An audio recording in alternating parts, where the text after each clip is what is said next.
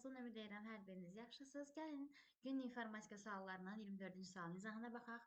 Bizə belə bir sual nümunəsi verilir. 32 simvolu minimal əlifba ilə kodlaşdırılmış sözün ikilik kodu aşağıdakı formadadır və verilmiş 3 sözdən birini ifadə edir. Aha, görək bizim bu kodumuz ümumiyyətlə neçə simvoldan ibarət olacaq, yəni necə bölünəcək. Gəlin birinci onu tapaq.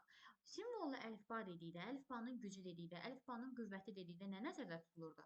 Böyük N nəzərdə tutulurdu. Bizim bir düsturumuz var idi. M bərabər 2 üstü I düsturu, yəni Hartley düsturu. Bizə buradan əlifbanı verəndə i-ni, yəni bir simvolun həcmini tapa bilirdik. Baxırıq ki, burada da bizə əlifba verilir. Yəni 32 e-nin qiymətidir. Buradan 2 üstü i yazıram. 2 üstü 5 bərabər 2 üstü i-yə. I neçə eləyəcək buradan? 5 bit eləmiş olacaq. Daha sonra deməli bu bitlər yığımını biz 5-5 bölməliyik. Bilirdik ki, yəni bitlər yığımı dedikdə 0 və 1-lər nəzərdə tutulur da. Yəni bu simvollar yığımını 5-5 bölməliyik. Baxaq. Deməli 1 buradan bölünəcək. 3, 2 buradan bölünəcək, 3, 2 buradan bölünəcək, bir də bu. Aha. Deməli bizə 4 hərfli bir söz verilib. Aha. İndi baxaq ki, bu 3 sözün hansını ifadə edir bizim simvollar yığımımız.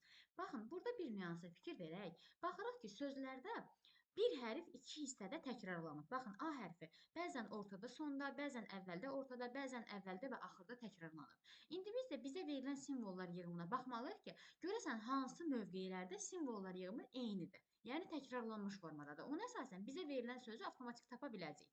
İndi baxaq. Baxırıq ki, burada. Deməli, baxın, birinci mövqedə dayanan simvollar yığını ilə üçüncü mövqedə dayanan simvollar yığını eynidir.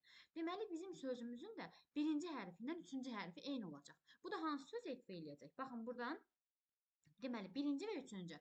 Deməli, söhbət burada asan sözündən getmiş olur. Yəni, verilmiş kod asan sözünün şifrəsidir.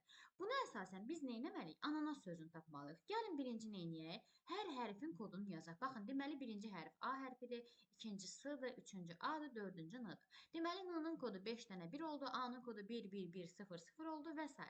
Buna əsasən ananas sözünün kodunu tapaq. Aha, simvollar yığımını bura yazdım. İndi bir-bir yazaq. A-nın kodu nə idi?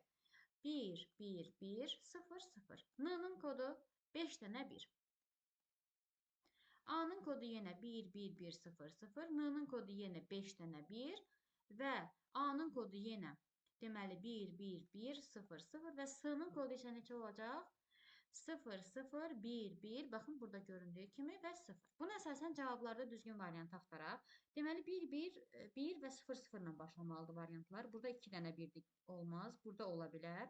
Burada da 2, 1 də olmayacaq. Bu da olmayacaq. Deməli, ya budur, ya da B variantıdır. Görək indi hansı olacaq.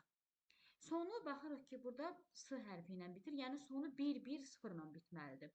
Bu da 1, 1, 0 ilə bitir. Baxın, burada 1, 1, 0 ilə bitmir. Görürsünüz, ardıcıl neçə dənəsə birlər gəlir. Gəlin bu kodları lap ardıcıl şəkildə yazın, görəsiniz. Baxırıq ki, kodumuz bu formada alınmış olur. Baxırıq ki, bu da B variantı ilə üst-üstə düşür. Deməli, cavabımız olacaq B variantı. Ümid edirəm ki, tam aydındır sizə. Bu qədər. Sağ olun. Allah'a əmanət.